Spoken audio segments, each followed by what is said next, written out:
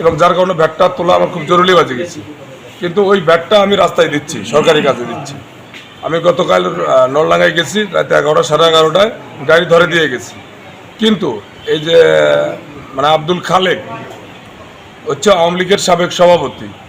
এই সাবেক সভাপতি তার বাড়ির সামনে দিয়ে আমার মাটি যায়, সেখানে বিভিন্নভাবে আমাকে তার ফন্দি করছে যে এভাবে গেলে আমাকে টাকা পয়সা দিয়ে গাড়ি চালাতে হবে, না হলে গাড়ি চালানো যাবে না।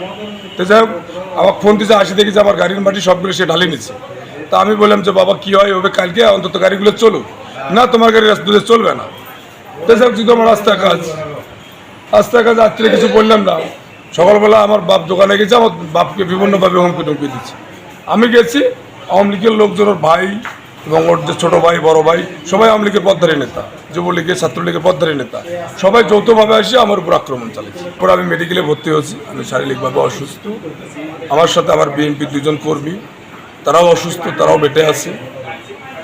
যাই হোক, এবং ওখানে ছিল প্রায় 8-10 জন, প্রত্যেকের হাতে লাঠি ছিল এবং প্রত্যেকের রড ছিল এবং সোরাও ছিল প্রত্যেকের হাতে। উনি হামলার শিকার হয়েছে, ওখানে ওনার নিজস্ব জায়গায় উনি মাটি কাটছিল, ঠিক আছে, ওনার নিজস্ব পুকুরে।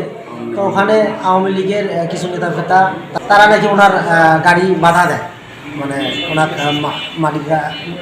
মাটির গাড়ি বাধা দিছে, বাধা দিয়ে যে বলে অনেক ধরনের হুমকি ধামকি দিছে, চাঁদা দাবি করছে। তো উনি ওটা প্রতিরোধ করতে গেলে যাই হোক ওনার উপর হামলা করে, তারা 8-10 জন হামলার শিকার